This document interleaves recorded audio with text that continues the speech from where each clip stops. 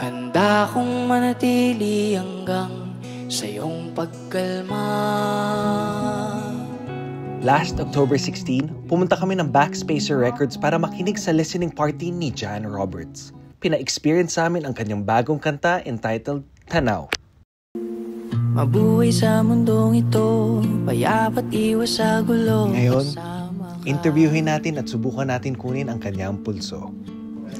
Guys, magandang araw. Andito po tayo ngayon sa kanyang single launch, Jan Roberts. Salamat po talaga. Salamat din.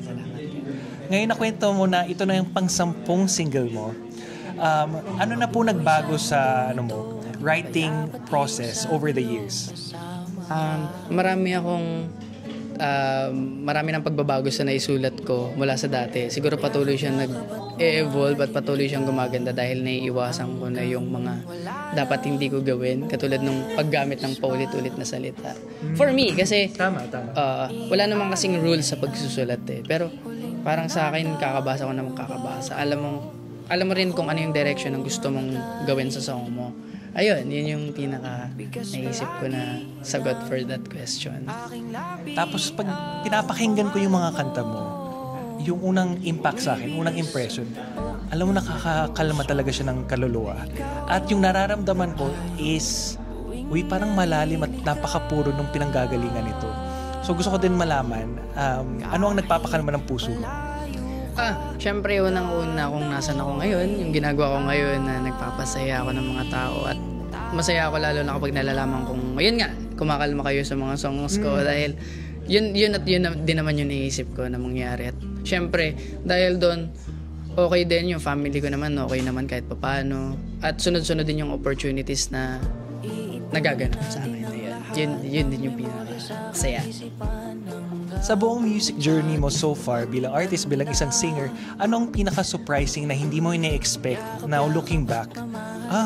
May ganun pala pag ito yung pinursu ko.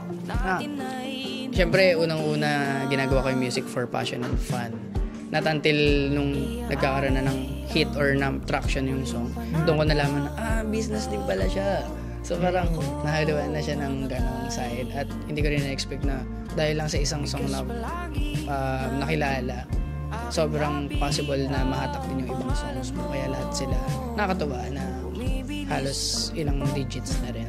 Thank you. Yun. That's something to be very proud of. Oo naman. At hindi ko pa nga alam hanggang ngayon kung ano ba yung dapat kong maramdaman.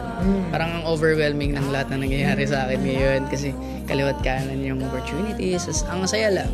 Ayun. Good. As good karma ang lumalabas sa lahat na nangyayari. At anong masasabi mo ang core values mo pag nagsusulat ng kanta, pag nagper-perform, o bilang isang tao lang?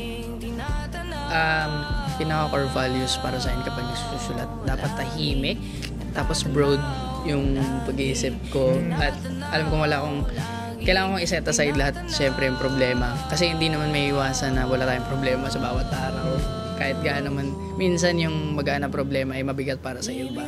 At yun, yung direction kung paano ako magsulat at paano ako mag-perform na tinatatak ko bago ako kumanta na kaya ko to at matatapos din to. Ayun, at makakauwi tayo sa bahay para magpahinga. Ayun. Jan, salamat. Gusto ko sana magmura, pero hindi namin masushoot kung magmura ako. Thank you. Salamat. Iaalay ang huling panata bago ako mamatay.